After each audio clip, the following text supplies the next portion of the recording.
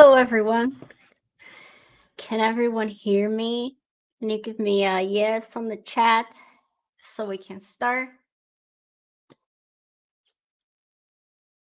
Everyone's good. Yep. Yay. Hi. I am Leticia Gillett, and I was invited by Gnomon to come here, take over the channel, the Archetype show from Josh Herman. So, for those of you who don't know, Josh was doing awesome work on the Archetype channel where we have the 12 archetypes of Carl Jung, and he was going each archetype and developing from concept until the end of the render. And that's what I'm here to continue. Josh got an awesome job and he's going to have to focus on that. So I'm here to take over. If anyone here is here because waiting for Josh, I'm not Josh, I'm sorry, but I hope you guys enjoy what I can provide. We have very different styles and more cartoon stylized style, but it's always nice to get exposed to all sort of things. Also, everything that Josh did is recorded on Twitch, YouTube channel. So you can always watch what he did with his archetypes, and I'm gonna take over. So I'm not gonna do the ones he already did. I'm gonna do the other ones. And I think that's it. Yeah, just again, I'm Leticia. Just a little bit. Also, this is sponsored by Lenovo. Thank Lenovo. And this is my first time here, as you guys can see. I'm a bit nervous, but we're gonna make it work. And basically, I'm from Brazil. For those of you who don't know, just a little bit about it. I'm from Brazil. I came to the US about 2011 to follow my dream to get into the animation industry. And I came to study at Gnomon so I could get the study, the professionalism, the tools required to get into this industry here in LA.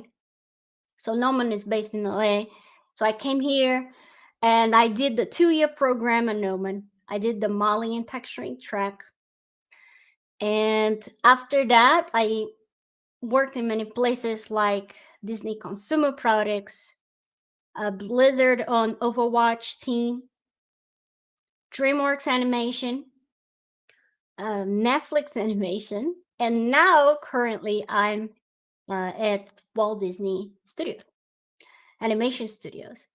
And my last show I worked on at Walt Disney was Encanto. Any Encanto friends? And that was awesome. That was a amazing experience. And yeah, right now I'm working on a new movie that's supposed to come out, I think, in November. It's called Strange World. And yeah, that's the story. Anyone from Brazil? Where are you all from? Let me see in the chat here. Yeah, I see some Brazilian people.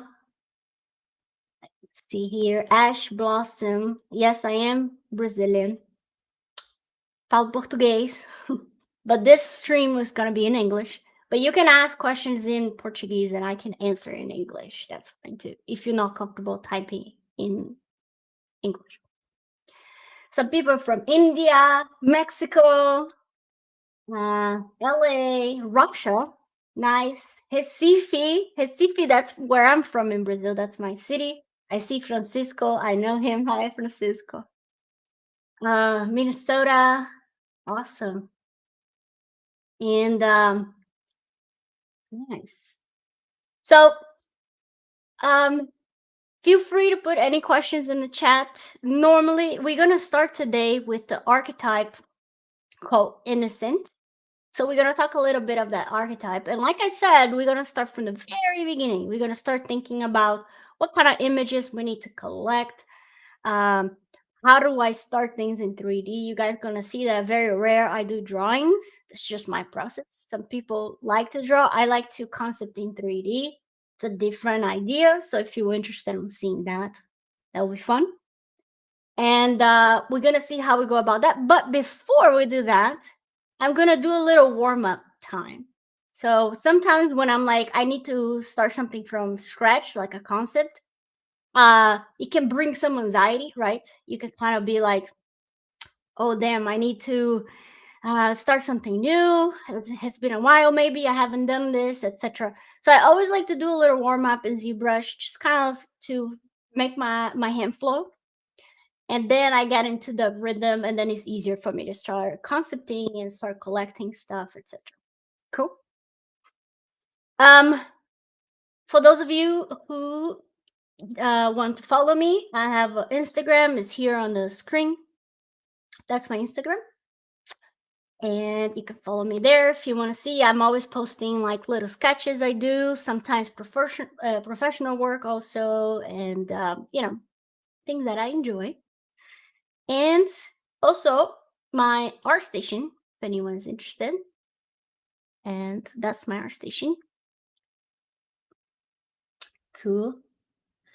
Yeah, so the structure also, before we start, the structure is gonna be every Sunday at 1 p.m. So 5 p.m. in Brazil. And we're gonna be 2 hours every Sunday. My suggestion is that you all sculpt with me. Open ZBrush, open Blender, open whatever software you're comfortable with. Get your iPad or something, and have fun doing stuff with me. Or you can just like, nah, I don't want to. It's Sunday. I just want to watch. That's totally fine too. You can put questions on the chat. I'm gonna get used to reading chat and also working at the same time. So don't judge me if I don't read your question right away.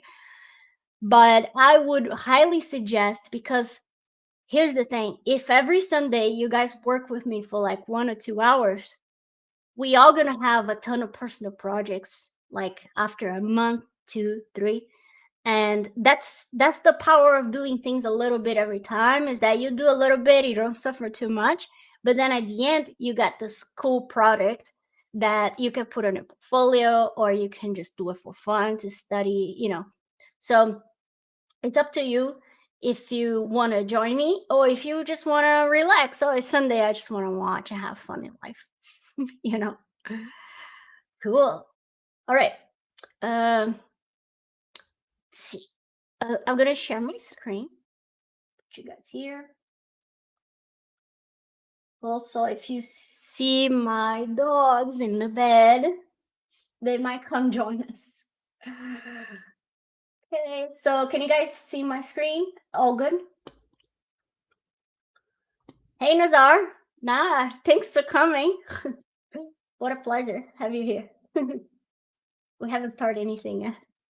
Yeah, everyone can see my sphere. Cool. So I have a little wider monitor because I like to keep everything one monitor. So as you can see here, I have my ZBrush. I also have a peer half. In English would be peer ref, not half, but in Portuguese would be peer half. I have a little peer ref. If those of you don't know, just type on Google peer ref. It's kind of like a program that you can put images inside to collect like reference images. For example, if I go here on my browser, by the way, this is my art station. I can show you all in a bit, but just so you can see the peer ref, I love it. If I go on Google, I can just type, I don't know, something like Disney. And then I go to images, and you can choose any image, and you can just click and drag here, and it puts on the board here, and you can collect a bunch of images organized the way you want. And then when I'm sculpting, I have the stuff I need on the side, and I can work with this little tool. So you're gonna see also sometimes I make my zebra small like this because I like to have a lot of reference and keep my eye looking at it. Cool. Sweet. So that's pure ref, and this is ZBrush. Let me just show a little bit of my art station so you guys can take a look. So yeah, so my art station is Leticia RG up here, or you can type Leticia Gillett on the search bar. And you can see there's some of my Encanto work that I just posted. Like I said, Encanto was my last show and first show actually at Disney Animation Studios. So it was so fun. And I just love that movie so much. You can see some of the kids I made. Let me see. Do you have any? You have only one monitor. And Andre asked if I have one monitor. I have two. I normally, when I'm working, I like to look at only one. That's why I said it's gonna take me a while to get used to read the chat. Because normally when I'm working, I just keep my ZBrush and my reference with me. I'm not one of those people that can like watch a movie or listen to music while working. If I'm working, I need to be 100% working. That's why like it's gonna be interesting or to have to pay attention on the chat. But I will learn because I know we can learn anything we set our mind to. So you can see, like some of the fun stuff. I do a lot of fan art. This is a fan art for a short film called Robin Robin on Netflix. Highly recommend to watch. This is my own concept, little character that I did for a class. I was teaching for school in Brazil. Super fun. It was awesome. See what else? Yeah, sometimes I like to do play with the levels of stylization, like you can see here that this piece has a little more pushed realism to it. So I like to do that sometimes too, just sort of like explore all the spectrums of stylization. Like this is very different for what I just showed, right? It's much more stylized, etc. So you guys are gonna see that probably like one archetype I'll do super simple stylized. The next one I can do with a bit more anatomy and more less pushed. So we'll see how we go. Yeah, when I worked on Overwatch, this is some of the stuff I did. It was one of the best times of my life, like working on Overwatch. I learned so much. It was crazy. Like every character was had its own level of challenge. Um, Shout out to Renaud, Matt, Hong, like all my cool co-workers on the Overwatch team. And when I work at DreamWorks, I did some work on Trolls. I also did some work on Croods too, which I did the new family from Croods. I don't know if you guys saw Croods 2. It's a very funny movie. I love it. I did these two characters for the family that the Croods meet. They're called the Bettermans. And I did the daughter and the dad. And it was, yeah, here's some of the animation tests for, we call it calisthenics. It's just to test if the look dev is working, if some of the expressions are working. My favorite character, Overwatch character, I think Reinhardt. That's the one I like to play. And also, that's one of the skins I did that I love the most, which was this one. This character was super challenging for me, and I learned so much doing this skin. It was so fun and scary. But after this skin, I was like, okay, I think I can do anything now on Overwatch style because it was so fun. I also did the weapon. I did this whole set here of the character, and it was awesome. Um, Let me see if there's any. Sentient Stroke said, "I'm new to Archetype. What is it about?" Well, basically, the Archetype show is about the 12 archetypes set by Carl Jung. I'm going to show a little bit about it, but there's a bunch, like I said, 12, and we have the one we're going to start today, which is called the Innocent Archetype. We have the Hero Archetype. We have the Caregiver. There's a bunch I'm going to show you guys. And so that's the channel. We're going to make some archetypes, and from scratch. So we're going to do the concept. We're going to do the 3D. We're going to do lighting, some texturing. It's going to be super fun. By Carl Jung.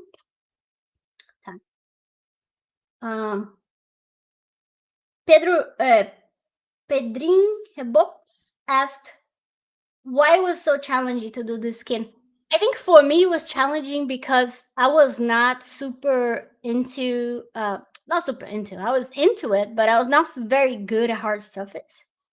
So because there was a lot of hard surface and a lot of fluidity on hard surface, and so that was pretty challenging for me because I had to kind of overcome my fear of hard surface.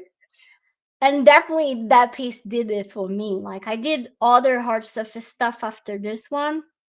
Like you can see there's Brigida, you know, like all the stuff. After I did that skin knife, I was already much more comfortable, which was nice. Because then you can have more fun. Uh yeah. Yeah, fluid, kind of fluid, hard surface. Yeah, it's pretty it was pretty intense for me. Like I but I like I said, like it was one of the most exciting learning times for me because every concept was had its own challenge, like this Doomfist here, for example. That was a lot of again, like you see those details are all kind of very sharp. So it in some degree was very hard surface as well. I had to make it very clean and very sharp everything to be this clean. And I love this skin as well. It was super fun to make. Um, Finding the balance of shapes as well. So, like I was saying, where is it? Yeah, yeah. I worked on crudes. This is one of the creatures I did. It's called a spider wolf. I love this creature. That was super fun um, to make. If you haven't seen Fruits 2, go watch it. It's super fun, funny movie, and it has a bunch of cool design on it.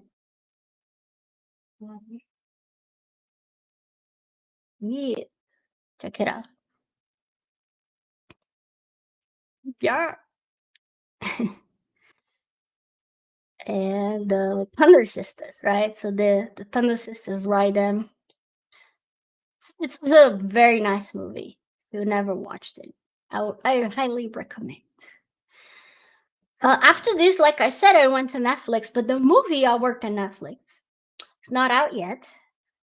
It's called Sea Beast. It's coming out July 8th, I think. Let me put here. Sea, whoops, Sea Beast, Netflix. I think. Yeah, there's this one here. Um, if you want to see the trailer, I can put on a chat. Type it here. It's yeah, it's awesome. It's very it was my first and last movie in Netflix animation. But I had so much fun and I was on VizDev modeling. I don't know if you guys know the difference between modeling and VizDev modeling. If not, put on a chat. I can explain a little bit if you're interested. But uh, yeah, so I did this little girl, the VizDev model for this little girl, which was awesome. And let me see if there's another character. Yeah, this woman as well. I did her. She is badass, as you can tell. And yeah, so the difference between modeling and VizDev modeling is this: the VizDev artist modeler, when I was doing the VizDev for these characters, for example, this girl here, let me find it. Yeah, so when I was doing the VizDev for this, I was working with the VizDev team to concept her with them. So there are some people were working on the 2D, some people I was working on 3D, which was me. And I'm not concerned about production model. I'm not concerned about topology. I'm not concerned about density. I'm only concerned about pushing the design, experimenting with design to find the character. So I'm doing already in pose, like I'm not doing a pose or anything like that. I'm already working in pose. You can see, for example, like a character like this.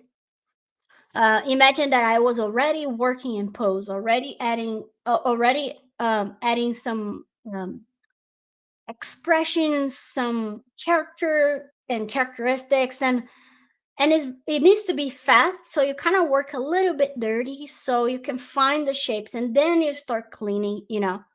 I normally like to work very clean. So, but for the speed that we need for VisDev modeling, you kind of need to work just a bit dirtier, which it's, yeah, you got to go pass through that and just do expressions, do the little poses, test if the body a little bigger, a bit smaller. And then you, with the VisDev team, the 2D VisDev team, you find the model, you find the character, and then you send to someone that's gonna make the production model. You see? So that was sort of like, so and me being on a VisDev model, I had a bit more say on design itself. Like I could suggest more things, I could change things and suggest. Where sometimes when you're a modeler, you still have that room, but it might be a bit less just because the concept was already kind of approved, is already established by the concept team. So that's kind of the difference. Yeah, like, you don't need to worry much about topology or UVs. You can work dirty to get to the place that you need. A VisDev modeler also is not just a modeler. I was having to do some shading, some lighting to kind of the best way possible to present the character so we can feel the character alive, how it would be in a movie, basically. So to be a VisDev artist, you kind of have to be a bit of a generalist in some degree because it's not just about modeling, like I said. You have to I did this little creature thing here. Let me press play so you guys can see. Yeah, that creature. So you have to model, you have to put some shaders, some lighting. You have to do as much as possible to get to the look of the movie before the movie starts production. You see? So yeah.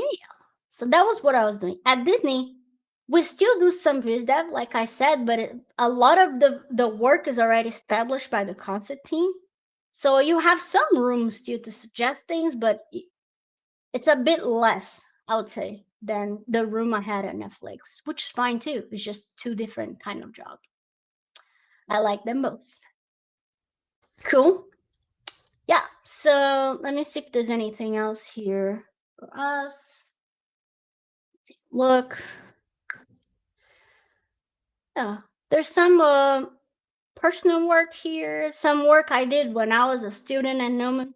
This is a piece that a lot of people recognize that I made. This is one of my projects, the demo reel. At Gnomon, we have this class called demo reel where we are just developing our own pipeline to create demo reel pieces so you can get into the industry, right? So I did this piece here, which is Roger from 101 Dalmatians.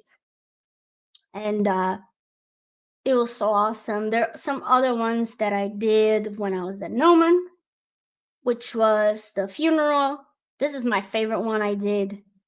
And the crazy story behind this one was that and Alex is here. Alex Alvarez. He's the owner, boss, master of Gnomon, and he was my teacher also for demo reel. And I told Alex that I was going to do like a robot thing. And then I started doing, and I was so miserable. And then I saw this concept here by Sergey. I saw this concept, and I was like, I'm just gonna not sleep and work on this. And then when I go the next day to show it to Alex, he's gonna love it and hopefully let me change my idea.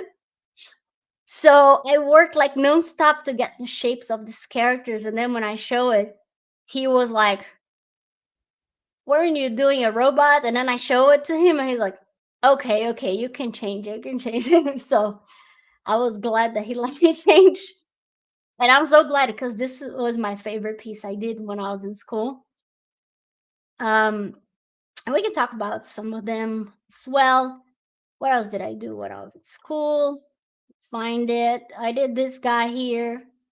Never trust a skinny chef. I would say never trust any chef if you were an animal, right? But this was this was my first one I did when I was starting to do demo reel. I was so damn nervous, but it was awesome. It was a great experience. This one also a concept by Corey Loftus. Did this little guy. It was every piece I chose in demo reel class. I was trying to find a challenge. Right, this one was kind of the fur challenge. So it's not just about the piece, but also what I'm gonna learn from this piece, right? This one I did also. It's from Brittany Lee concept, and yeah, I love this piece too. I had so much fun doing this stuff. It's like crazy. Um, yeah, but that's that. And then I do my own little things. Like this was a little. I was trying. If you guys know Pixar Mike on Instagram, if you don't know, type Pixar Mike. It's Mike Altman is a I'm a huge fan. He's an amazing modeler. He works at Pixar, and he was doing this sort of style of just like little shapes and kind of like outline in Maya. This is just Maya viewport, and I was trying to follow his process and do my own character. So this is what it- oh, here, play here, and I put a little marmoset if you want to spin around. But the challenge for me on this one, besides getting the style to work, was to really make the pose very dynamic. I was trying to push as much as I could to make it super, like you feel like he's about to drop something or he's gonna trip. It's just chaos, right? And that's what I was like really working was that silhouette. Every angle, he feels like he's imbalanced at the same time because it feels like he's taking some control, but it's chaotic. I don't know how to explain, but that was kind of the goal of this piece, and it was so fun. Um, and let me go back. That's that. Do you guys have any questions about my portfolio before we move on? This piece here, I love it. This is a collaboration I did with an amazing artist, like one of my biggest inspirations of all time. His name is Victor Hugo. Go Google him. Um, so me and Victor, we did this for an event in Brazil called Topia. It's an awesome art event, and they invited us to do like a talk. So this one, so Victor is amazing on everything. It's ridiculous, but on this project, I did the modeling. He did the look. So you can see here, this is my model. So this is all the model I did, and then Victor did. Here's the model, and then Victor did all the look dev and groom and lighting. He basically made it look awesome. Because the model are not anything crazy, but then you look at this, it's like, damn. So yeah, he is amazing. You should definitely check out his work. And this was so cool to make. And then we did a breakdown of these pieces for the event, kind of like explaining some of our processes to make these characters, how it was to work together online, because he's in Brazil, I'm here. So we had to schedule some meetings, and so we kind of had to create our own mini studio to make this piece, which was awesome. I highly recommend working with friends. If you find someone that has a similar energy than you, it's always fun. You gotta be careful though. If you find someone that is too slow, not slow meaning like modeling slow, but doesn't want to schedule the meetings, or like, oh, I don't know, I don't have time. But you gotta find someone that is in your rhythm of passion, let's say. You know, when you do find it, like I find Victor, it's just magic. It's beautiful magic. We're like having so much fun. It was ridiculous. So yeah. Oh, Miguel. Hello, Miguel. Let me see who is here. Ani. I see a lot of people here. That's awesome. Yeah, say hi there. 'Cause I'm still getting used to reading the channel. Cool. Let me see if there's any questions before we start. I don't think so. All right. Sweet.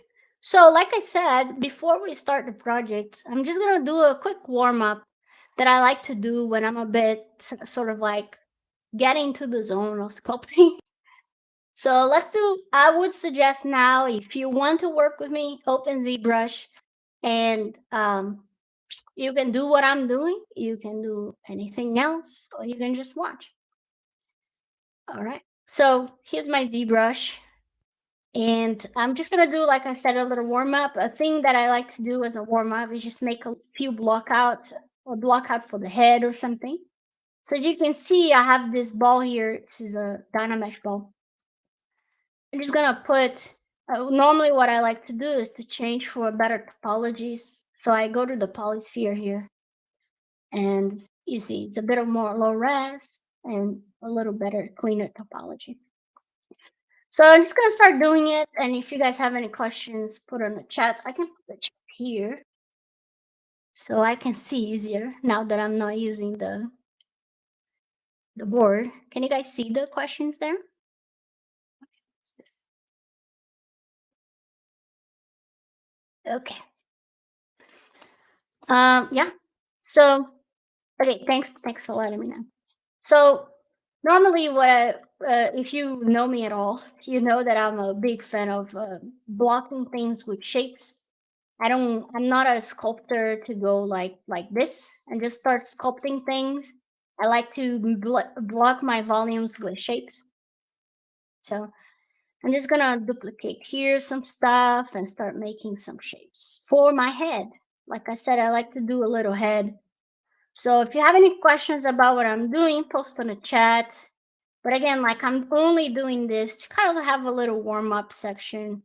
So every time I need to start something new and I'm not like super in the zone yet, I just do some head blockouts. So I'm blocking the draw area here. And because it's 3D, I had a teacher called Michael DeFeo. He's an amazing artist. And he was like, it's 3D, you gotta spin, spin, spin, spin all the time. Don't stay too long in one angle, you know? So for this, Eliza. Hi Eliza, how's it going?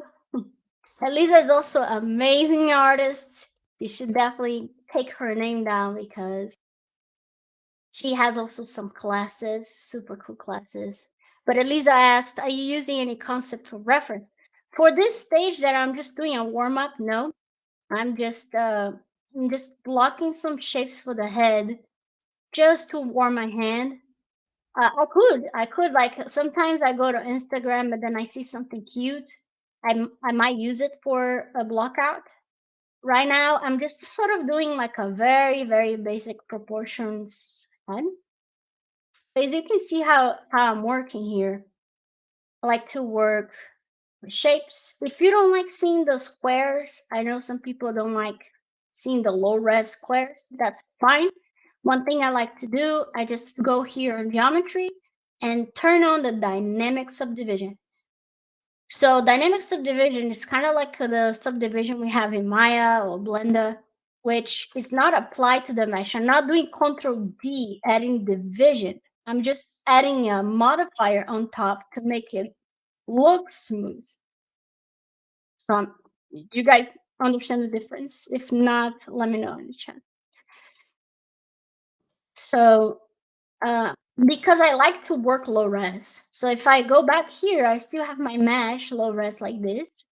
When I turn on subdivision, visually it looks cleaner, but I'm still working on that very low res mesh, which for me, it's what I like to do. For you, you find what you like to do. So like that. And you can see it's very proportional shapes. One thing I love also is this little window here. If you don't know, if you click on top of this little window, you can make it bigger so you can kind of see your silhouette all the time. And for cartoon, I don't know if you guys know about this, but for stylized, silhouette is so important, right?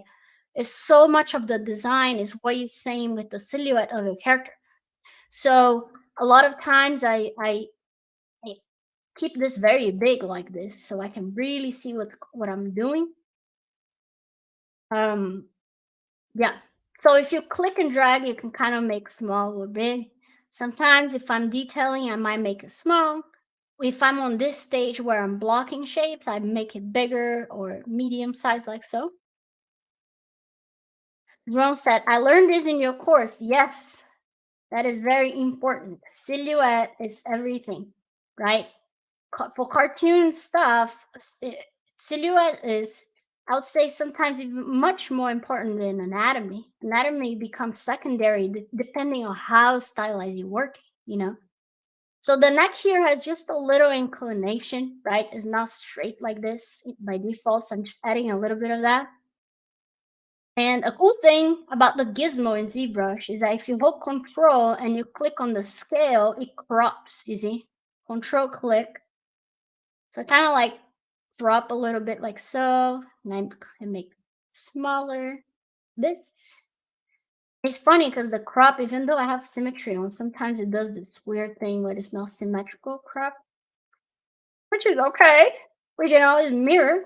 So I'm gonna go here, I'm gonna say mirror and weld, and now I have that smooth a bit. Remember, I'm still working with a very low res mesh. Check it out. I just have dynamic subdivision on. So it's easy because you can make changes without making a model like dirty, you know? Cartoon, there's no room for being dirty. Everything you're doing has to be intentional with intention. And for me, not just intention, but a lot of love and care. You're not working with love, go get some water, take a deep breath, come back, and put some love into your mom.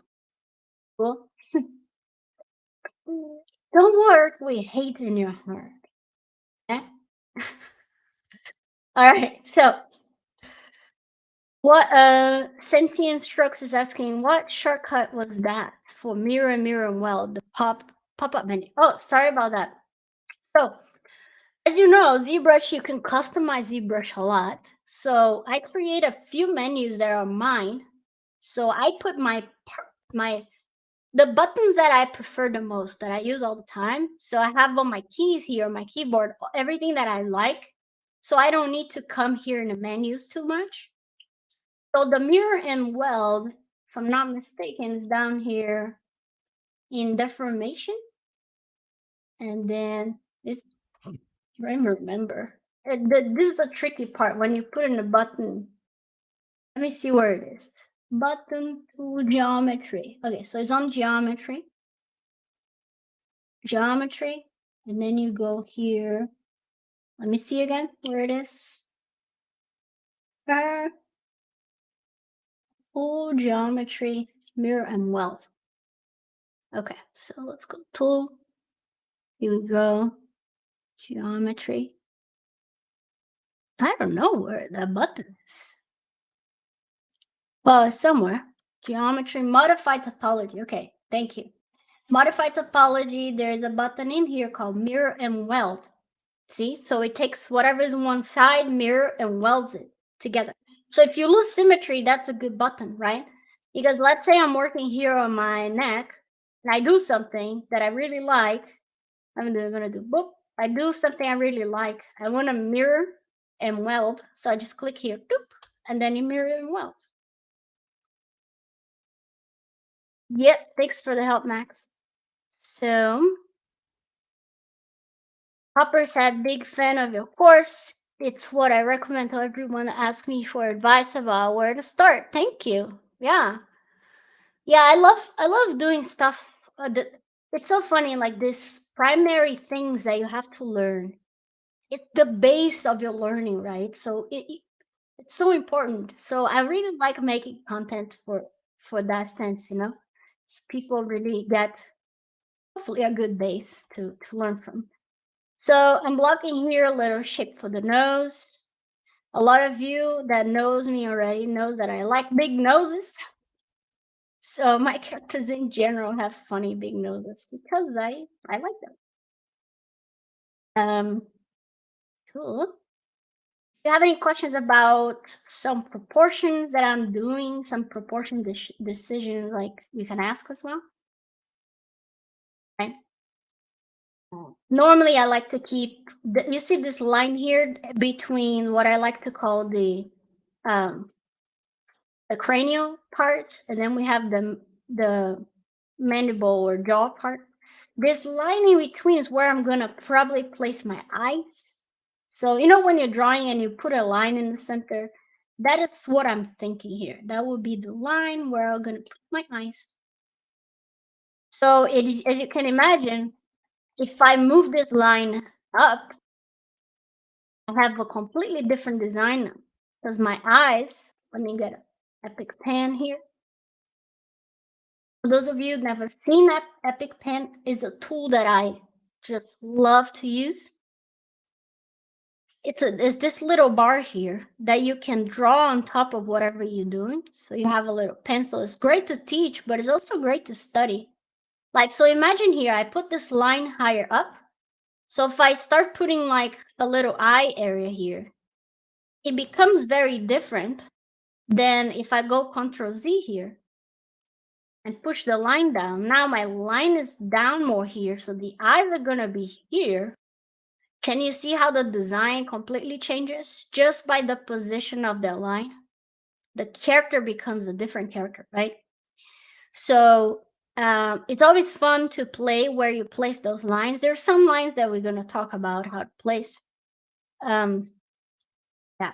Polo is asking Lela, when you drop the course of blocking the body, when I'm gonna drop the, okay, so I have a class, let me show you guys here. If you go to, if you go to Gumroad, there you go, and you type, where is the search bar? I don't know how to use most things anyway. Dashboard? Guess not. If you go to Gumroad, type Gumroad, Leticia, or yeah, Leticia Gillett. I can put the link later. This one. And you can see that I have two things. I have one product that's free, completely free, that is called Breathe with Joy. It is basically Little Joy, which is this little character I made. And it's a breathing video for anyone that have anxiety like me in life. This is a breathing technique called 4x4x4, where you breathe in by 4, you hold 4, release 4, hold again, and you go around. So you can use this little video for free. You can download, and you can, if you do this breathing for at least a minute, it helps to reset the amygdala, which is the area of the brain that releases cortisol. Cortisol is the hormone of stress. So when you fix your breathing, you're telling that part of your brain to chill out, just chill out. We're not gonna die. And then this is good to do because then you can kind of, every time I'm gonna start something, for example, I was going to start this live streaming, I was doing a little bit of breathing because it kind of puts you in a better place to start anything in life. If you're doing a talk, if you're gonna start a new project and you're a bit anxious, etc., etc. So highly recommend to download this video, and anything that you feel a bit anxious that you need to start something, do some breathing. It's gonna reset a little bit your mindset. You know what I mean? And then I have this product which is $25 or more. If you have money, can pay more. But basically, it's a little class where I go over what I'm doing actually right now with you guys, and how to make the head blockouts and play with proportions of blockouts and things like that. So this course here, you can see we have about 8 videos. There's a mini PDF, super cute PDF that I made to help be a little companion. So I'll put the link here if anyone's interested. So all of that I said was because Juan was asking me, when are you gonna do the block out for the body? This one is only for the head. Uh, soon. That's all I can say, João. Soon, I will do it. Cool. Sabrina, Sabs está aqui. Beijo. I want to send many kisses and hugs for all my students that are here. You guys are awesome, and you guys are why it's so fun to do this, because at the end you all want to learn and grow, and it's just the best time of my life is when I see one of my students like just making amazing art, doing whatever makes them happy. If going to studio A or B makes them happy, yes, go for it. If just making cool art makes you happy, go for it too. Whatever makes you happy, I'm happy to see, you know. So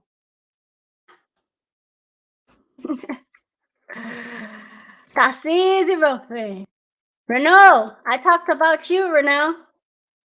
Only good things, I promise. So Renaud Galand, he's here. He was my supervisor when I was on Overwatch team, and he's for me is the example of a supervisor. And I'm a supervisor right now at Disney, and a lot of what I do, I learn from him, observing him. Seeing how he takes leadership, how he encourages you to be who you are and to express yourself. Um, all of that I learned from him, really. So thank you so much, Renaud.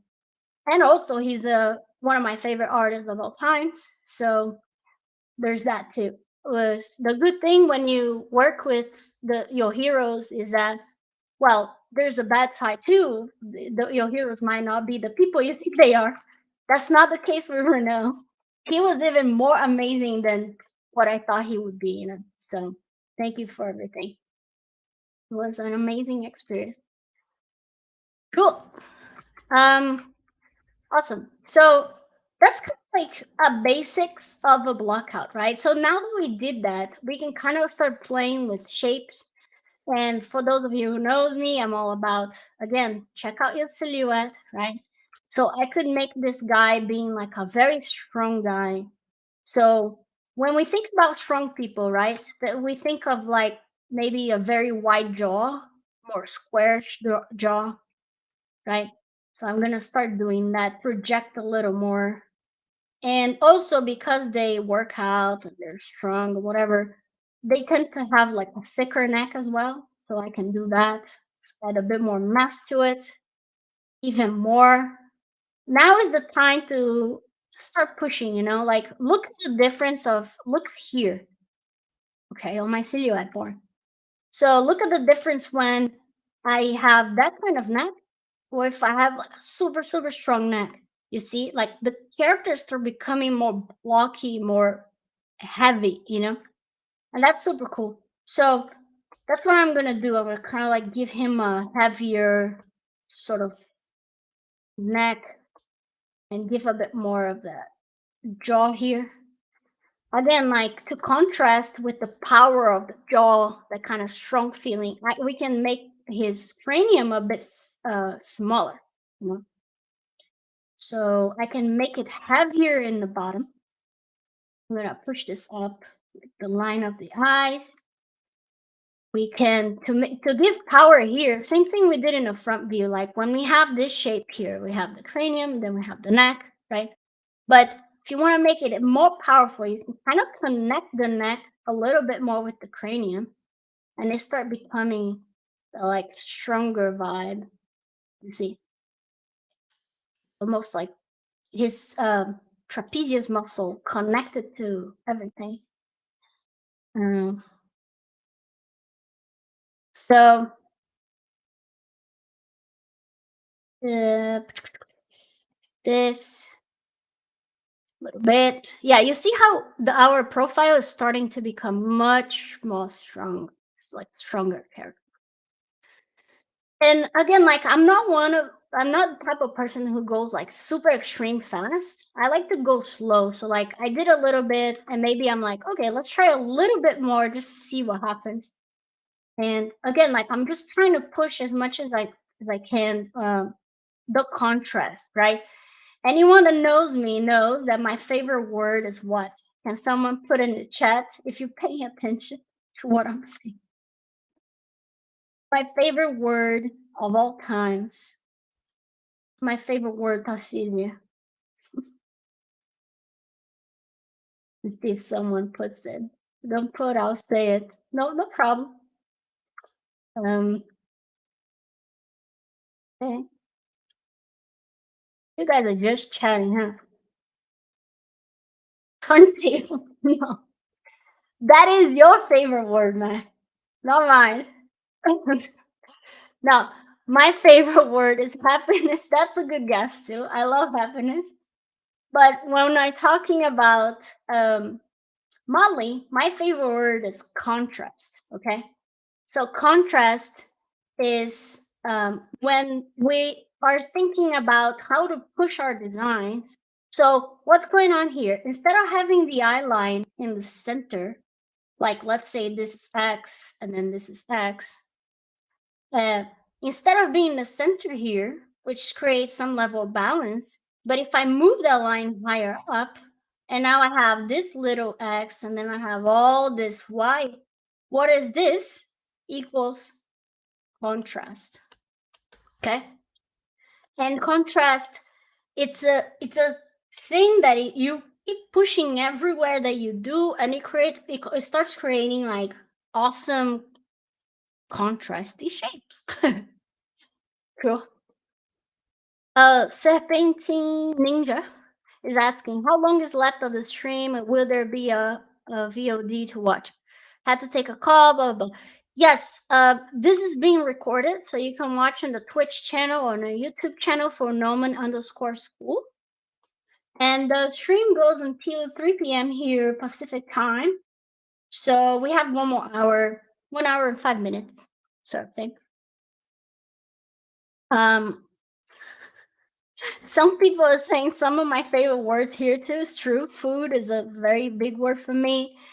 Puto is one too, is a Portuguese. Cebos. You guys know me too well.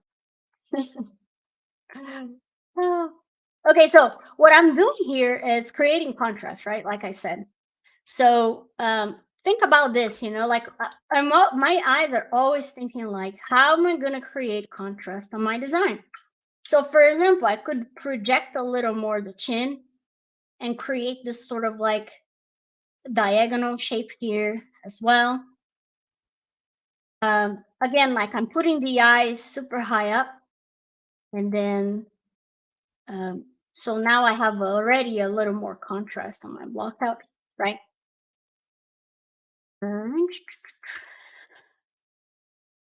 One important thing to know is that in general, this distance here, when you find the middle of, again, like cartoon, there's no rules, right, on cartoon. I'm just saying, like in general, when you're trying to do something proportional, this middle line here is gonna separate the jaw area. So here's jaw, and this side is gonna be the back of the head and the ears, right? So this line separates the face, let's call it, and this line separates ears and back of the head. So I know a lot of people have difficulty to know where to place the ear. So if you unsure, just measure this kind of in the center. You can kind of separate and do the face area and then the rest area. Cool. So this, and again, if I want to add contrast, this guy's gonna be like big or something. I can make his ears kind of small, so it creates some visual contrast. Like you gotta be careful so you don't have shapes that are all the same size, right? So right now, imagine I have this, so my nose, it's pretty similar shape. This is a bit smaller shape, but it's not that you have to do all the time, obviously, but if you unsure, always play with contrast. So what I can do is just make the nose bigger. And now I have visual contrast, right? Like if I trace this shape and trace this shape now, they have contrast. So again, it's not obligation, but it always helps. It's contrast always helps. Okay? So I can give a little nose here, like so. And that's kind of like a little block out for us. One thing also I like to do is be careful with your angle of your camera. When we're doing like portraits or head modeling, you want to have a lens that it's long or wide. I never remember the difference, but anyway, the focal length it's big. The number is big, so 50 right now. It's kind of a mid lens we call. But if I put 85, you're gonna see that the model is gonna become a bit flatter, which is a better lens for portraits and things like that. Cool. Last thing we could do is just give a little bit of trapezius muscle here for this guy. And then we can start something new. So it's gonna do something like this and some shape here. The trapezius muscle.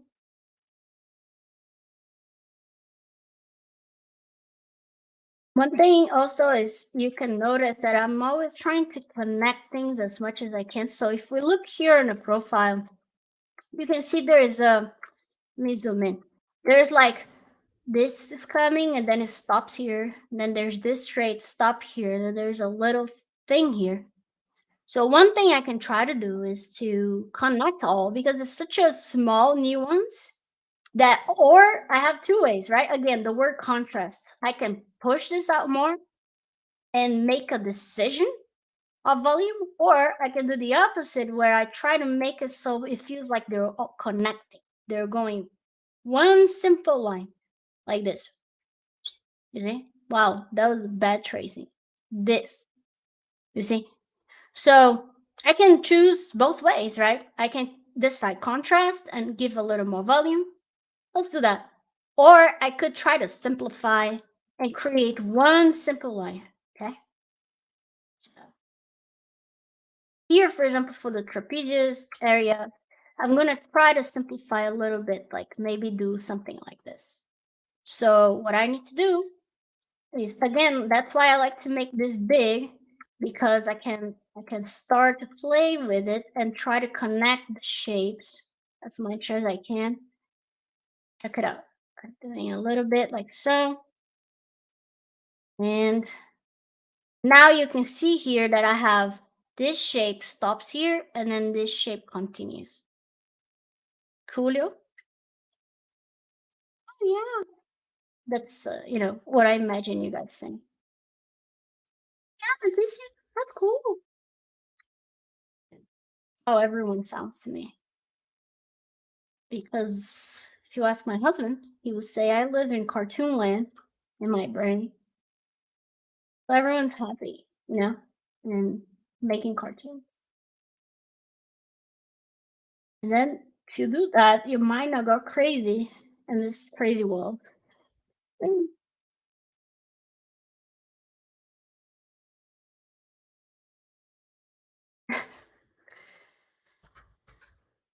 So something like that, you could a bit more.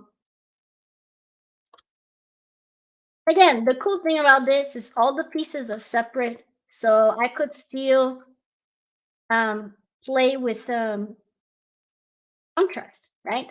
Now you guys know my favorite word is contrast, so I could still play with like, what if it was super long, or I gave up. I'm gonna make him like kind of like those workout people, but they have very thin jaw, but it's long like this. That could be cool too, right? And then do something more edgy, more slick.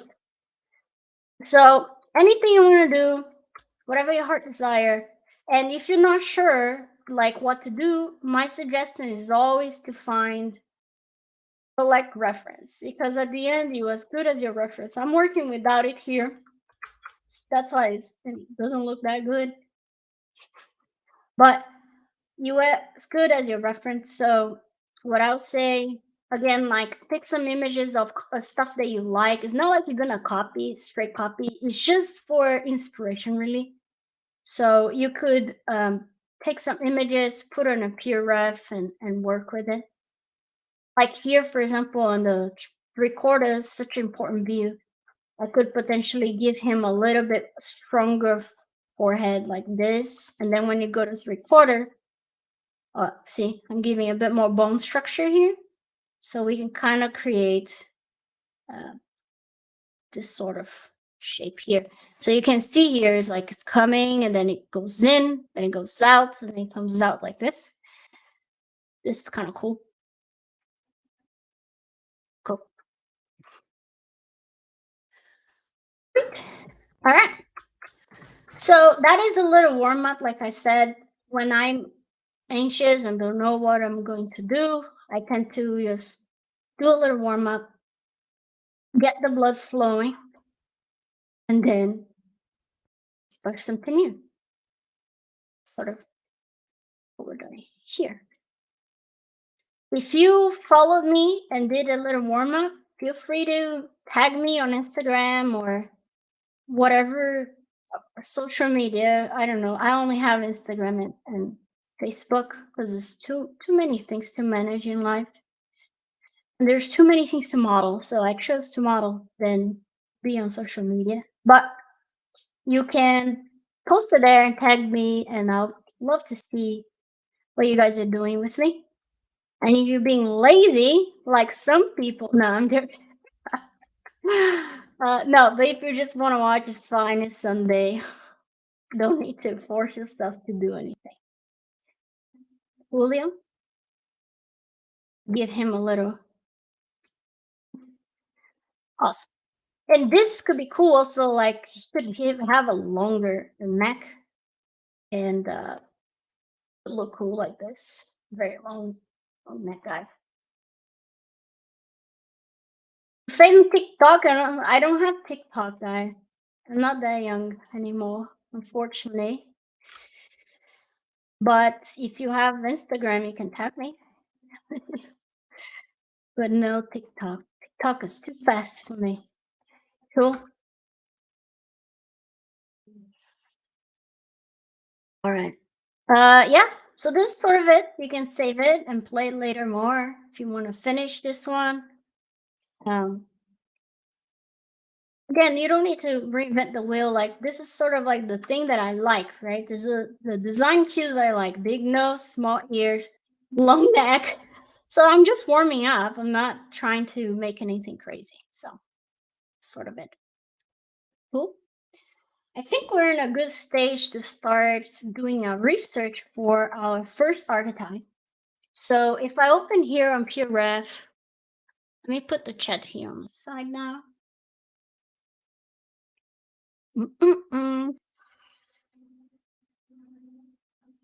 So as you can see here, this is all stuff I found on Google, okay? And I didn't make any of this. It's just research I did on Google.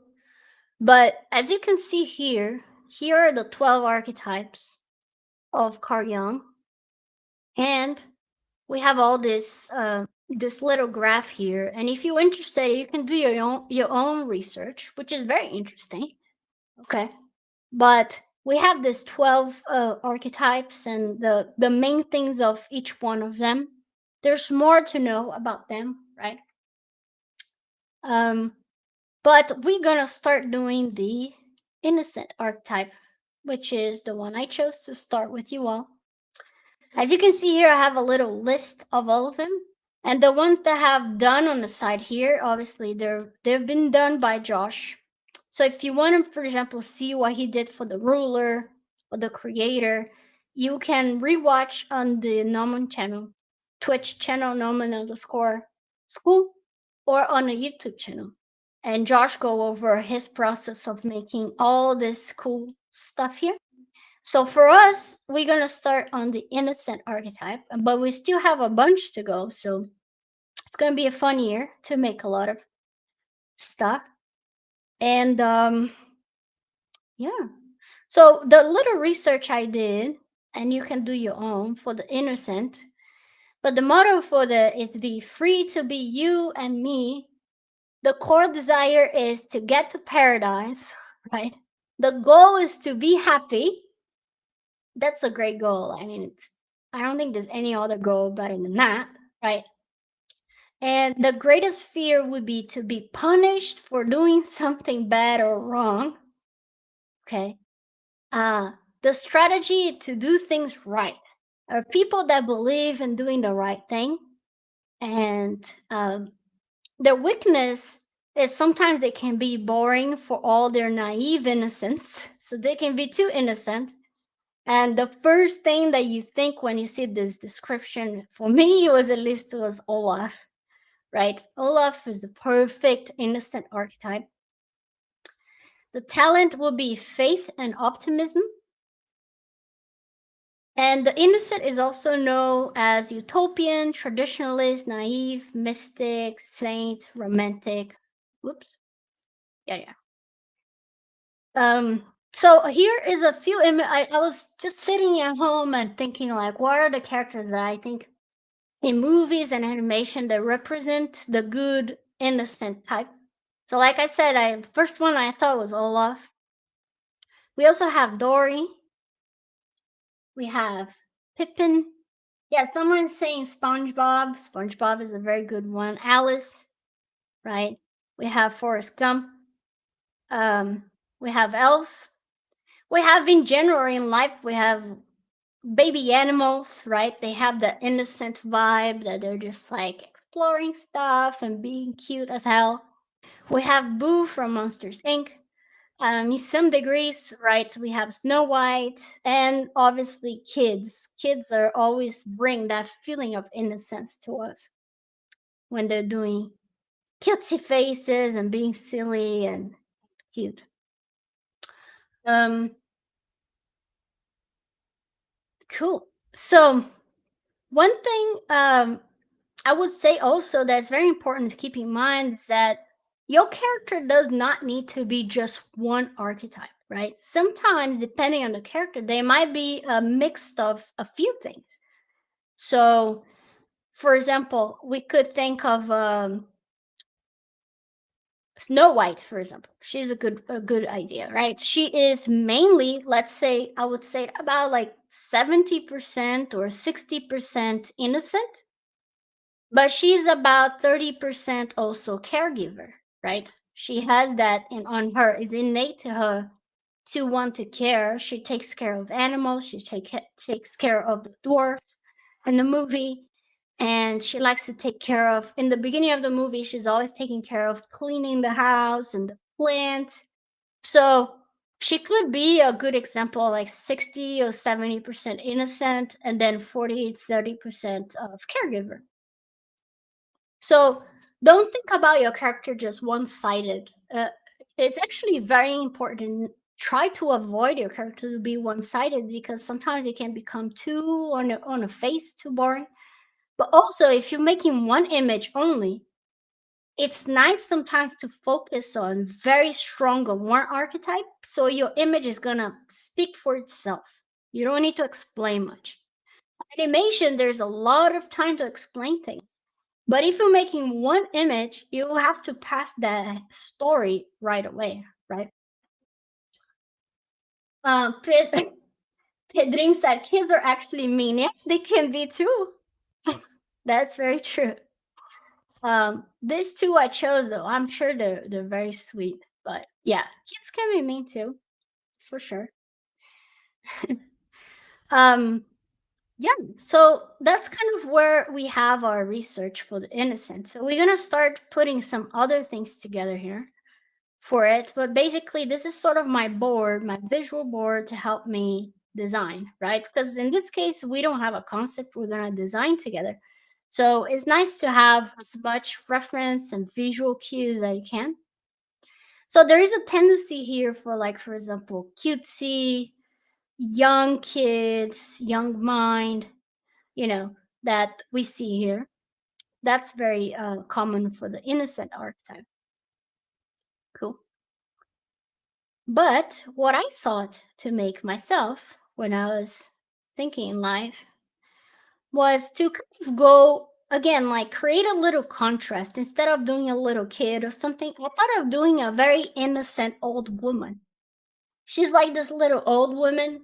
And my idea in my head, and again, like I'm gonna draw to you guys like it's gonna be the worst drawing, but my idea basically in my head when I see it, I see this shape, round shape, which will be my old woman, and I see some little dots like this, okay?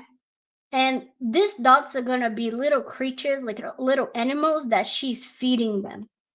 So she's gonna be like with a little like certain smile on her face, feeding little, and I want to make this creatures kind of ugly because like it's something that people would not want to feed, but she's just so innocent and happy, and she's just feeding them because she's so happy and like and also close to her there's gonna be like maybe a little grocery bag with some bread and stuff, and some animals, some this weird creatures are gonna be trying to steal her food, and she doesn't even care. She's just happy to be around them and having fun in life. So this is exactly what I see in my head. Like nothing is defined. I just know that's gonna be an old woman, some creatures, some food maybe on the floor. They put the bag down to the floor, and that's about it. So that's what's gonna be. I hope you guys like it. And how did I get to this? Again, like you only need to think about a few words. So for me, I know one word we have established, which is innocent. Another word I established myself was that it was going to be an old woman. Okay. Another word that I established is that she's going to have a little bit of caregiver. So similar to Snow White, she's going to be maybe 30% caregiver.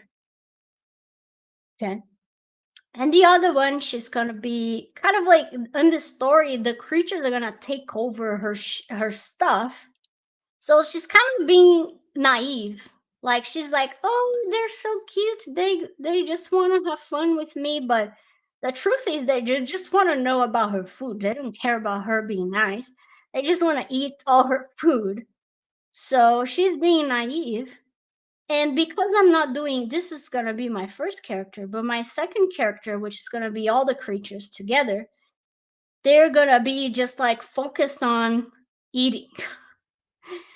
And also I know that they're gonna be a little kind of ugly. You know, they're kind of like this ugly creatures that people don't in general don't want to feed. You know, when you go to like New York and like the pigeons, they just like have one leg and they're missing an eye, things like that. Or like rats or something that normally people will not be attracted to feed, but she doesn't care. She just wants them to be happy, and she knows they're hungry, you know. So yeah, so that's kind of like what I was thinking.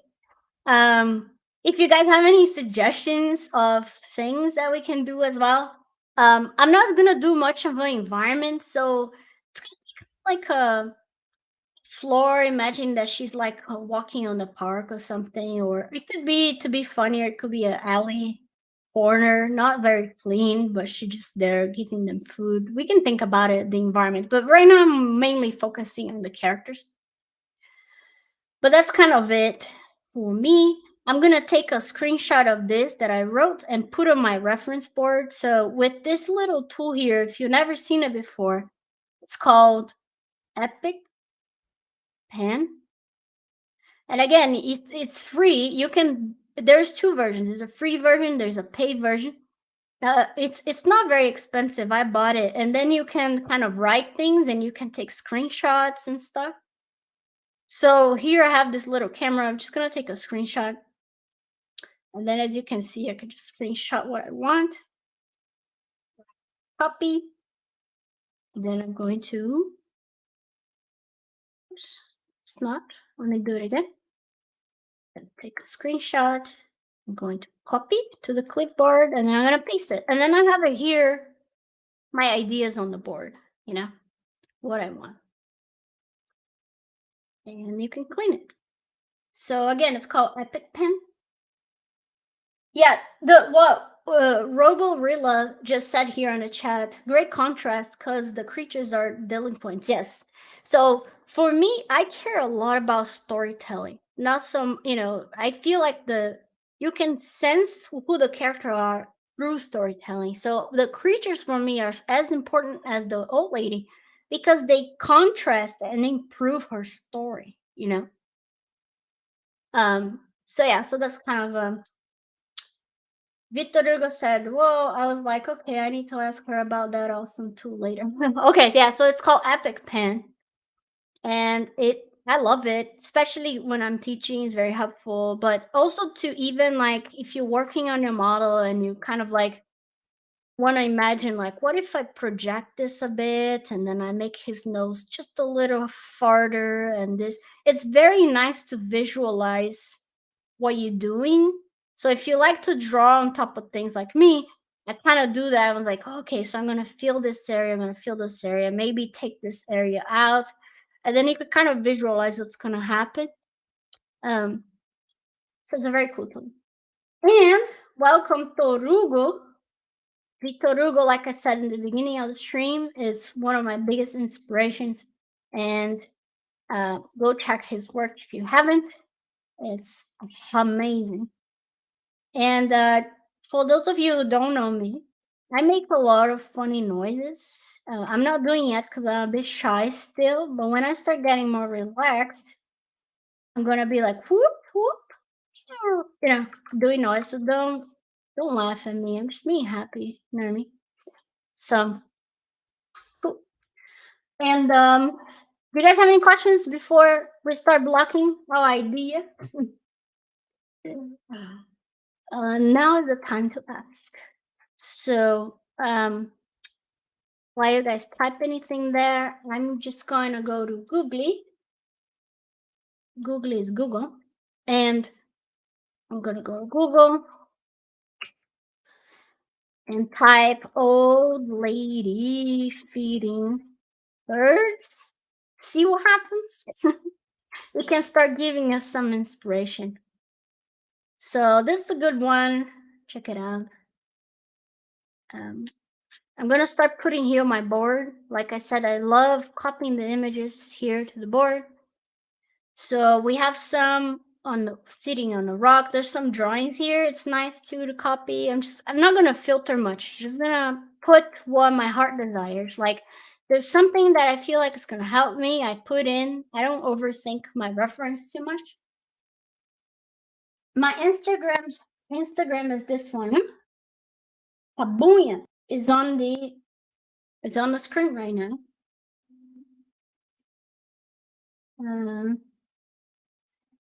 Cool. This one is cool. She's laughing a little bit, so I'm gonna copy. That's a cool hairstyle also, right? I could do that sort of hairstyle. When you're concepting, I really like to look for photos and a few drawings. Just the drawings can inspire you to some stylizations of stuff. But normally I prefer looking for photos. Look at this Tia here. She's happy, you know? This one is cool, has a little scarf on the head. I'm gonna copy that too.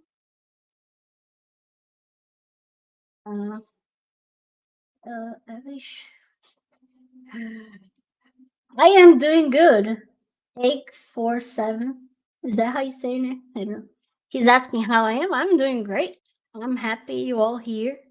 And we're gonna have a great time in life. You know what I mean? Let's see what else.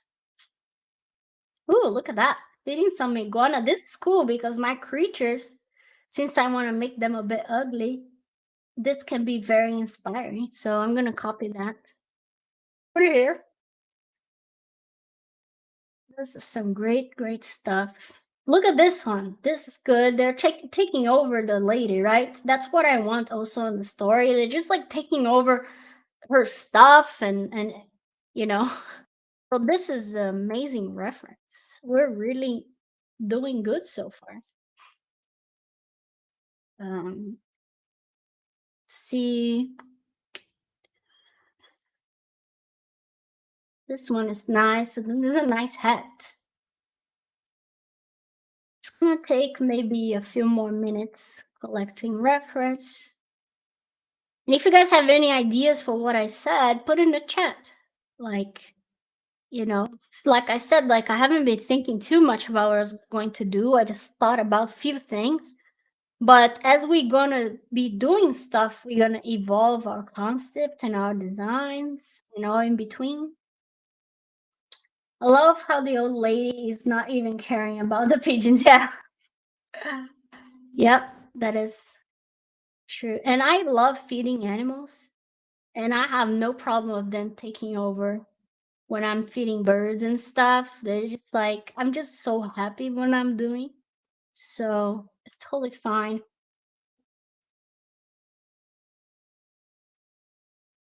If you never did that before, I highly recommend. It's a very fun activity. Go to a park if they let you in the park, right? There's some parks they don't want you to feed the animals, so don't do it. But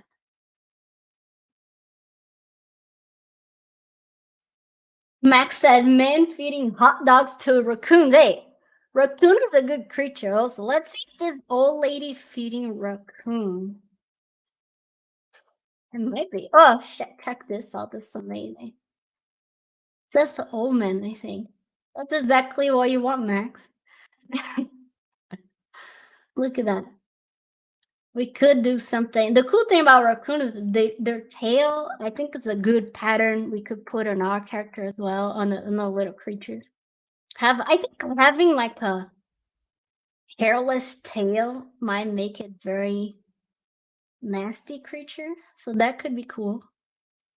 The face of raccoons are too sweet for me. I don't know. Some people think they're ugly, but I think they're just the most beautiful thing. Um, I'll put some of the raccoons here. She could be a farmer and the animals can be chickens and pigs. That's true. Let's put old lady feeding pigs. Everything. Uh, see if there's any good image. There's some pigs. I mean, in general, pigs are very cute as well, but there's some of them that are just not very cute. But these are all cute. Chickens, I just love. I don't know if you guys know this about me, but chickens are one of my favorite animals of all times. My dream, my husband is watching the stream. I don't know if he is, but my dream is to have a house with chickens. And we didn't, I don't, that's not, didn't happen yet, but I'm hoping our next house, I'm going to be able to have a chicken coop and have some chickens and name them like something like Mirabelle and Luisa and Isabella. You know what I mean? That's like my biggest dream.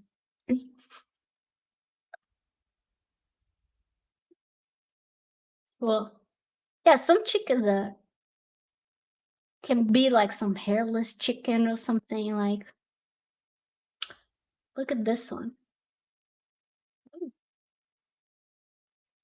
Okay, I think we got good amount of images. We can think about more about the creatures, but now I'm gonna focus a bit more on the Tia, the old lady. I'm just gonna put here old lady instead of feeding anything. Just see if we can find anything that we like. Um, don't mind some of the weird stuff Google is showing. I don't know why, but I just think of her. We can this and some nice glasses. I'm gonna put it here.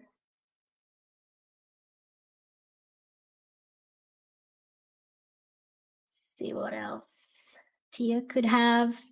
We could have like her with the cane, and then the animals are just like chewing on her cane or something. They're just like reckless. I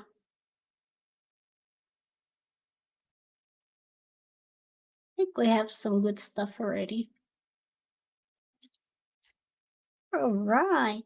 We could do one last thing, one last search. We can put old lady drawing to see if there's any cool drawing we can get inspired. For example, we have Grandma Coco from Coco. She's a good reference. It's good sometimes to collect reference of famous characters, because then you can know some stuff that you should avoid so it doesn't look too much like you're copying something. So like Grandma Coco, very characteristic part is that she has her little braids, which makes her look even like a little kid even more, right? Which is part of the movie. So I'm definitely not gonna put those braids because it might feel like too close to Grandma Coco. We also have Abuela Madrigal, which is Mirabel's grandma. We can get some. She's a bit more, uptight, kind of like she really cares about her appearance and stuff. It's not much what we're gonna do, but again, I like sometimes to collect what famous people do, so I can avoid feeling like I'm just straight copying something, right? Because in my subconscious, all these old ladies are in my head, so I might end up copying too much without knowing. But if I have on my reference board, then I know for sure, okay, I'm gonna avoid some cues here, and I can still get some nuances. But as long as I'm not making completely identical, right? I'm good to go. Any other abuela or robos that are old lady feeding piranhas? That's a good idea too. This is oh, there's also Moana's grandma, right? Grandma, it's a good one. Moana grandma, she's so badass. She's just like I hope when I get old, I become like her. You know, the crazy old lady in the town. It's my dream. So this is her abuela here. In Portuguese, grandma, we say vovó. And for some reason, it's a very hard word for people here in America to say. It's vovó. Vovó. Yep. So I think that's good enough amount of research. I think we're ready to start. What do you guys think? Good. Um, Again, like if you're working with me at the same time and you could choose the same archetype, maybe innocent, and do your own story, right? This is the story I created in my head, but you can do your own story, and I would love to see what you guys come up for the archetype. Um, for the innocent, you don't need to have multiple characters, it can be just one. Um, yeah. Hello. Some people are saying hello. Hello. And okay, so going back to ZBrush now, I'm gonna start blocking some stuff. Like I said, this is the kind of drawing I do when I'm thinking of something. I go straight to 3D because I normally design in 3D. Some people like to design in 2D first, but this for me is to have fun, and I have most fun when I'm designing directly in 3D. So that's just my choice. But if you like drawing and you have more fun designing in 2D, you can do that too, you know? Life is short, so choose whatever makes you happy, and you should be good to go in life. So as you can tell here, I always start with the sphere. I like spheres because they are um, paper shapes, right?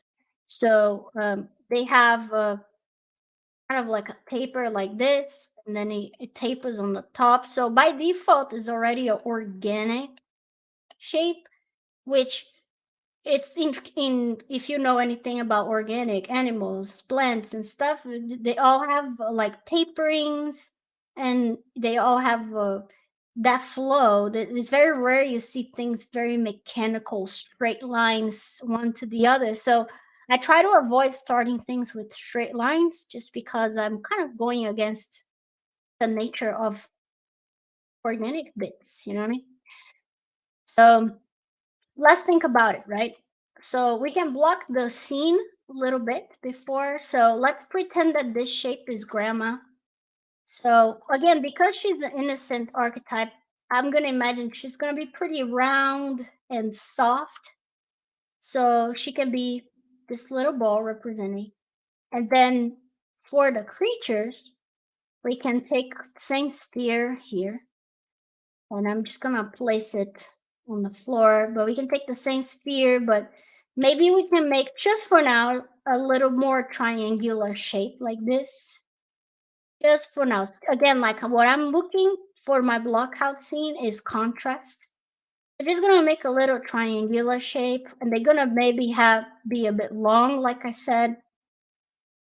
I'm imagining they're gonna have a little tail. I don't know exactly what kind of tail yet, but they're gonna be sort of like little thing like this with the tail. So what I love about blocking out the scene is that hopefully just with shapes we can find a little bit of the storytelling we're trying. So this is our creature. I'm gonna put one here in front. So grandma, turn off perspective here very fast. Grandma's gonna be sitting here. I'm gonna make the shape like this for grandma. So she's gonna be sitting on the floor. This is her, you know.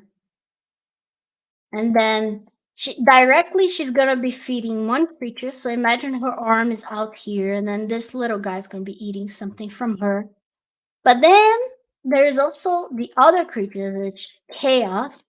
So like I said, I think she's gonna have like a grocery bag. So again, only using like little spheres. I'm gonna just block some shapes for my scene. Crop here. Imagine that this is like a grocery bag. Okay. I'm gonna put here, and like I said, it's gonna be full of, I think, like maybe a baguette bread sort of thing. So baguettes are like long like this, and that's gonna be side here.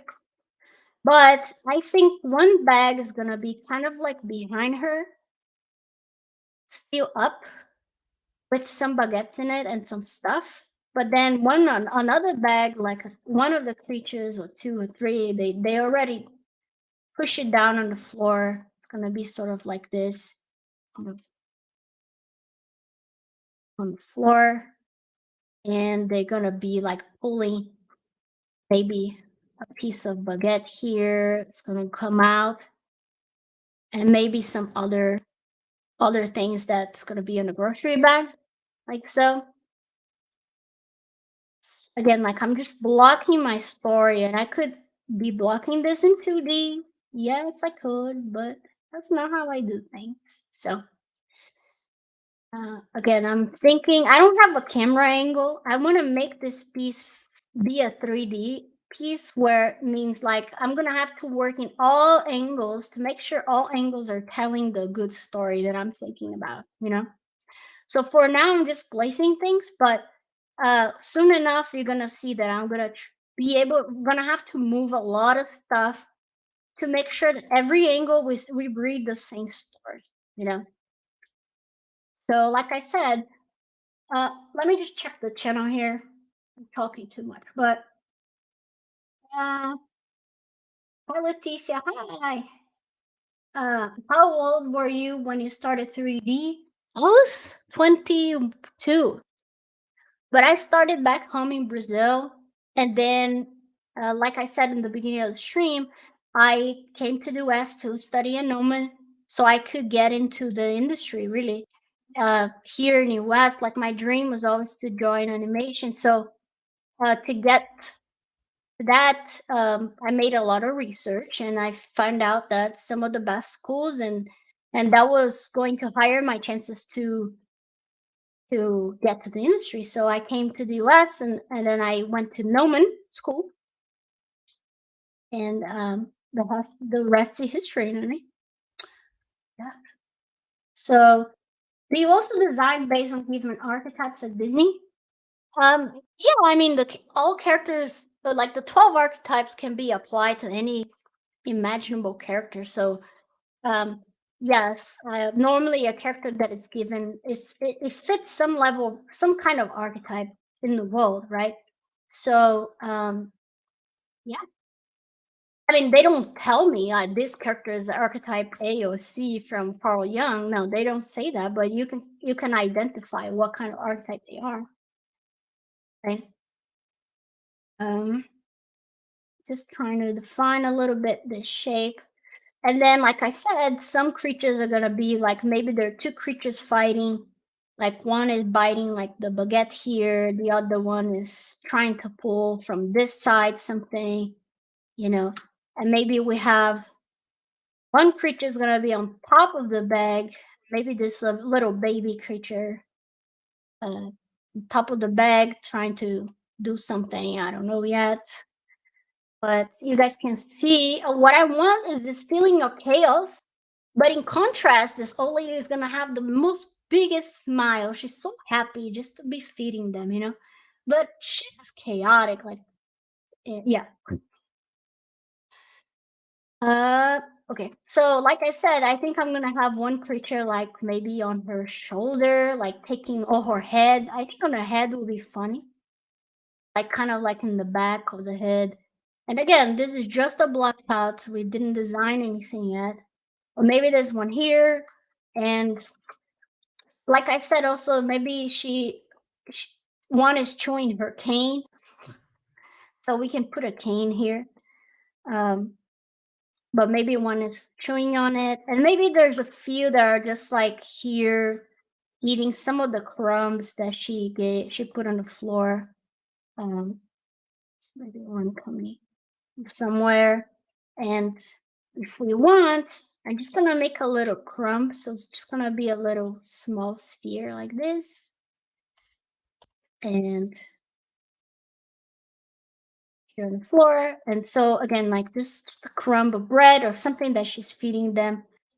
And I can put a few around on the floor. Just again, trying to create that chaotic uh, feeling.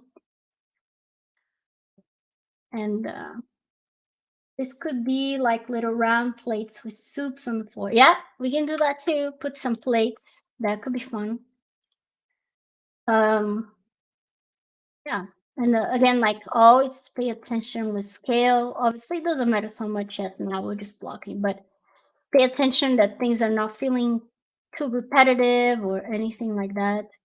So I'm just going around, rotating some stuff. Making few again, the idea here is that she's thriving and being happy in chaos, right? So we're gonna try to make as much chaos as possible in the scene. I think I'm gonna put her sitting on a little rock, or maybe a very small bench. I'm not sure. We could we could give her a head just for now. I'm just gonna put a little shape like this, and she's kind of leaning forward, you know. And then this creature could be like on her head like this. Um, what do you all think so far? Let me see what's going on here. After you finish blocking out a scene, do you build everything the same scene, or do you build it in a different scene in symmetry and then bring to no, we're gonna build everything in the scene. No symmetry. Well, I like sometimes to keep the symmetry on the face, but for the body, I try not to build the symmetry because it can sometimes the asymmetry is gonna create a gesture, more organic gesture. So I'm not gonna focus too much, but I will keep symmetry on her face just because sometimes I get lazy and then it's a bit faster to define stuff, you know. Right. So if I turn on perspective, I could definitely create more chaos, but just to start small so we can kind of get the feeling, we could potentially just make a little arm for her so we understand that she's feeding the creature here. So very quickly, again, this is the block out face. So I'm just blocking my scene. So I can put her hands or her arm sort of like doing like something like this for now. And I'm always thinking about thick to thin for cartoon. So what I'm doing is I'm gonna have her thick here and then it's gonna go to thin with her hand feeding stuff, you know. So you don't need to think about that stuff now with blockouts, but it's just I like doing it. So okay, place this here, rotate out a little, kind of be giving them food. This one, so she might be looking to this little guy here. Maybe she's just looking at him. And I want to give the guy that she's feeding is gonna have like this huge mouth open, like with some weird teeth. I think that would be funny too. She's feeding him, and maybe she's just I don't know yet what she's gonna be doing with the other hand, but we'll figure it out. So I think we need more creatures like taking the stuff out of the bag here, right? To feel like they're stealing from her. So maybe there's like a smaller bread or something that this guy's having, and we'll see. For now, that's what's gonna be.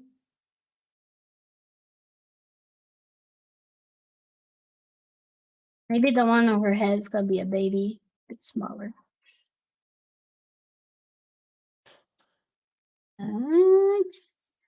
I think that's good for now. Maybe we can put the cane here and they can be chewing on it. I think it's good. What do you guys think? Let me. Now, the important part is to think 3D, right? So maybe from the back, it could be a few more creatures here from the back that could got something out of the bag, and they're like trying to eat behind her so that she's not gonna take it from them. So they're like around here, uh, eating it. And then if again, think of the main idea of the story. So I'm rotating in 3D, thinking about if I can kind of understand what's going on in every angle. And obviously, it's hard when it's just a block out, but the more detail we start adding, the more we need to remember to rotate and see if you can still feel the story. That's the most important thing. For me, storytelling is the most important part. And the archetypes are to help you to tell the storytelling, right? It's help you to be clear about storytelling. So that's what I'm trying to do here. Cool. What do you all think? I was thinking the main angle of the scene is gonna be this one, like this. Something like this. Then, but ideally, you always want to think, like I just said, in 3D. So when you rotate, you can kind of understand the stories that's going on. Max said, what if we had one hanging off of the upright baguette? Yeah, that's pretty cool. I'm gonna do that. That's a good idea. It's just chaos, yeah. The more we can think about chaos, the better on this scene, because it's gonna contrast so well with her smile and happiness, you know? So we can have one guy, like, and maybe the baguette's kind of like, kind of falling a little, and he's kind of like this on top. That is cool because it kind of pushes up to the vibro of the thing. We can also put a few more baguettes here. You're gonna have some other grocery stuff. Maybe I'll put an orange or something, but just for now, just gonna put some bread. And one important thing is also think about what I said about big, medium, small, right? So here we have our big main storytelling. And then I'll say like the creatures are kind of like the medium. This is a bit on a bit in between them. And then we have the little crumbs, which will create the small contrast pieces, so maybe we need a bit more crumbs going around. We can add, yeah, little Tia. She's gonna be, I don't know yet if she's gonna be sitting on the floor or she's just gonna be very small. We'll see what we're gonna do, but yeah. I think that's it for the blockout. Any other suggestions before we move on? Also, remember the stream is going to be every Sunday at 1 p.m. Pacific time, 5 p.m. Brazil time.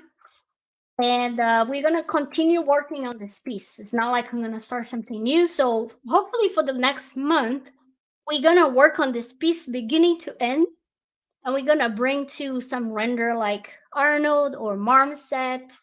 I like rendering Marmoset because it's a bit faster and dynamic for me. So maybe we're going to bring all to Marmoset to render there.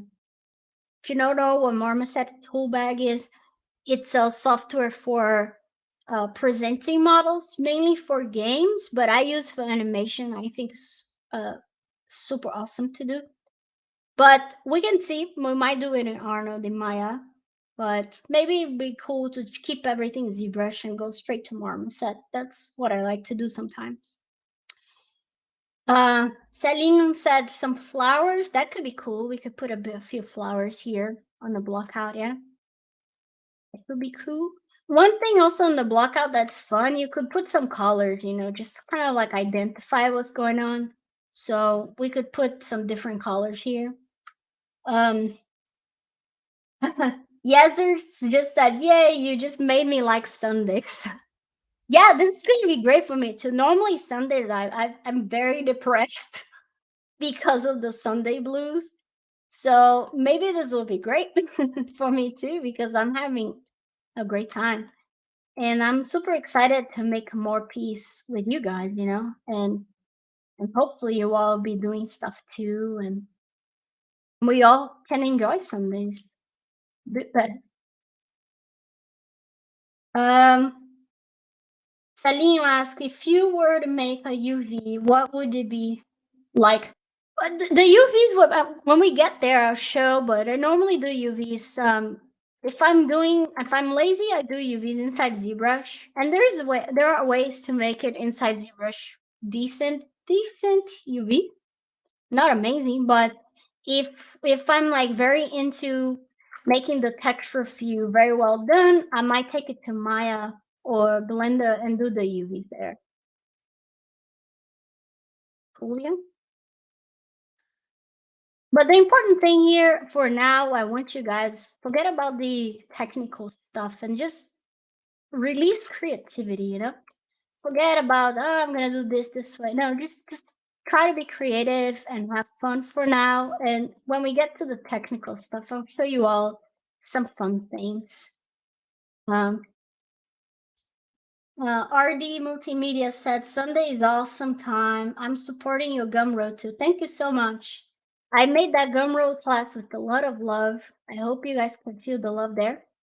And this streaming is going to be even more exciting than anything on the Gumroad I did, because this is going to, every month we're going to have a different design, a different archetype, and we're going to have to make it work. And sometimes I'm going to need you guys' help because, I might not be finding the design the way I want. So feel free to say stuff on the chat, suggest things. I think it's going to be awesome. Sorry, this guy's a bit too repetitive. I'm going to rotate a bit more. Again, I'm thinking about my main angle, which is this one, like so. So I'm trying to create that chaos, and we might need more crumbs around. I'm gonna duplicate here. If you don't know, Control-Shift-D in ZBrush, you can duplicate the subtool. Okay. So, and one thing I'm not doing, but I love to do, is to organize subtools. So if I show here, you have this slider here that you can see more or less of your subtool. So in general, I like to put things in folders. So all the crumbs I've been doing, I would make a folder called crumbs. And then all the creatures, I'll make a folder called creatures. I can do that offline because it's boring. No one will see. But that's normally, and I normally create a sphere and I keep up here just because if I want to create any object, I can just duplicate the sphere. But that's not the moon or anything. So, this is great as a group session. Yeah. I encourage everyone to sculpt with me if you feel like it. If you just want to chill on your Sunday, that's fine too. but I highly encourage to try something, you know? Anxiety is always gonna be there when you're designing. You just gotta do it enough so the anxiety becomes a bit less, but it's always there. If you ask any designer, there's always some level of anxiety when you have to create something from scratch, you know? So you just gotta push through it and um, try to have fun, try to be nice to yourself, you know, so you don't be like, "Ah, I don't know what I'm doing." Just keep going, you know, and eventually you got something fun that you're proud of, hopefully, you know? That's how I feel. I feel very scared of ZBrush, but maybe this will help. Yeah, ZBrush can be scary. It's a scary software, but again, like the only way to break that is to doing many times, doing, and doing. That's the only way to break the fear until it gets almost like muscle memory in a way. So what I would say, you don't need to make a whole scene yet. If you're scared of ZBrush, just do a few heads. Oh, now I'm gonna study hands, just do a few hands, you know, get used to the main tools. You can see here that I'm not using anything fancy. Just got a ball, and that's it, you know. So don't overcomplicate things. That will be the main thing. Well, when we make the creature, I'm gonna change the sizes of them. I think they're all feeling too much of the same size. It could be funny if there was a very big one, you know, that is kind of like dominating something, and then maybe she's feeding a big baby one. And again, I'm thinking about contrast. Maybe this little guy here is gonna be looking at the camera, almost like feeling like he's looking at the camera. He's just holding her cane or his mouth. That could be cool. So maybe I'm just gonna block something for the cane, just because I've been saying it, but I didn't do it. Just gonna make this long like so. Uh, we can. I'm just thinking about scale here. How big the cane would be. I can crop the ends. I already showed you guys how to do that. And then there is a brush. Let's see if it's gonna work. There's a brush called Spiral, and kind of spiral things, as you can see. So we can just like dirty, very ugly and dirty, but make a little cane shape. That was ugly as hell. I'm not gonna do like that. That's nasty. So I'm gonna use this shape, but instead of doing what I'm doing, I'm gonna go to B, and I'm gonna use the curve tube. Curve, tube, right there.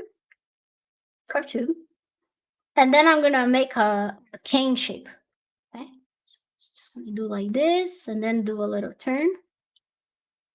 That's too fat.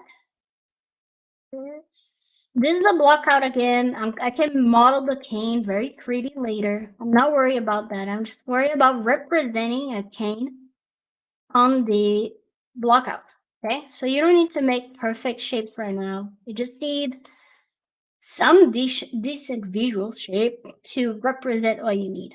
So this is gonna be my cane. Make waist center like this. Give a little tap tap to smooth a bit. Cool. And then this guy here might be with the cane on the mouth. It's like about to steal her cane and take somewhere. It's gonna be on his mouth like this.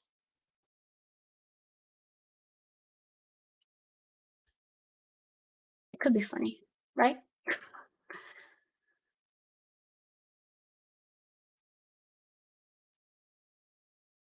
All right. Awesome.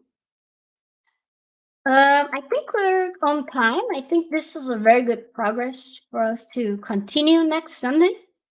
Um, if you all were just watching, but you want to do it with me, you can do it during the week. And then when we get back on Sunday, again, you can watch and do it. Whatever you guys want to do will be fun. I just highly suggest if you feel like you need portfolio piece and stuff, this is a great moment and exercise to do to start making those portfolio pieces, you know? So I'm just gonna rotate a bit like this, and yeah, that's gonna be a block. So one thing I like to do every time I stop doing something, I take a screenshot as like almost like a memory card of what I did that day for that project. So let me just type this here now. So this is our scene. So I'm gonna take a screenshot of that and put on my board, like I said. So I'm gonna go here, click it, take a little screenshot, copy and paste on my graph board. And then I can always open and think about it, draw on top of it. You know, sometimes I do take the screenshot and then I come here and I start thinking about like where the tails are gonna go, or like this guy's gonna have like a big mouth open and like some weird tail or something. So you can kind of draw on top and start thinking. So I think that's it. Any final questions, you guys? Uh, everyone understands what the stream is, where to find it, and I'm gonna put again. I think I put my Instagram there. I'm also gonna put my ArtStation. Max said, Leticia, thank you so much for your time and energy. It's going to be amazing to watch this series grow. Thanks, Max. Are you Max from Gnomon or you another Max? Just so I know. I don't know if it's Max from Gnomon, but if not, it's fine too. Elisa said, thank you for the class, Lit. Thank you for coming. It's like awesome to have friends here and amazing artists. And I hope I make you all proud. Um, it's always fun.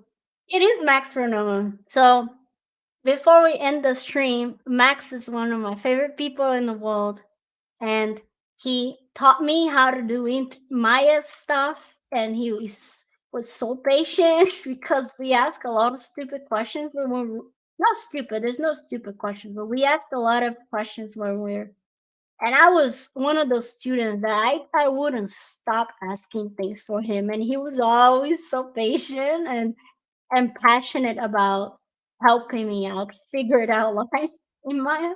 So thank you, Max. Ron said, thank you. Marcus asked, are you from Recife? Yes, I am from Recife, Brazil. Yeah, Max is the best. NTT, that's my husband. And he also was a student of Max. Max taught all of us, like, how to be humans, also how to behave. Max was like that second father we all had. Some Gus asked, do you teach at Gnomon? I'm starting this fall. I do not teach at Gnomon anymore, unfortunately. I did used to teach there. I love teaching at Gnomon. It was so cool, but I don't have that much time anymore. So I chose to be here. Gnomon always invites me to stuff, and I always say yes because I love working with Gnomon. So they invited me to do the stream, and here we are, you know. Yeah, NTT said, you will have a great time. Get prepared to work. That's true. No man, it's work, work, work. So you gotta be on your A game to take advantage of everything you're gonna learn there. That's for sure. Max said, second father that no one wanted. I think it was amazing for me. Maybe some other people didn't, but I did want it. And it's just so cool when you get to have mentors that you admire. It's unfortunately when it doesn't, but luckily for me, most most of the people that I chose as mentors, because Max doesn't know, but I chose him to be my mentor, and I was always asking shit to him. But when I choose someone to be my mentor and they're great people, it's like the best feeling in the world. Yeah. I think that's it. I'll see you all next Sunday. Get ready, prepare your stuff. Again, the archetype is innocent. Make your own research if you want. Start your model, and let's have fun next Sunday. All right. Big hugs to you all. Remember to breathe, and that's it. There's yeah. The last question here. Let me just see. Do you teach any online courses? Courses? No, I do not. This is the closest of online course with me right now that you're gonna have. I hope you guys, learn something from it. But this is the closest right now of a online class, and it's free, which is awesome. No one's doing this for free, and I love that concept too of giving cool content for free. So that's why I also chose to work with Gnomon on this awesome channel. Cool. All right. And I'll see you all next Sunday. Bye. And I'm supposed to play a video when I end the stream, but I forgot which one is it. I'm just gonna play whatever video I click here, right? So see you all Sunday.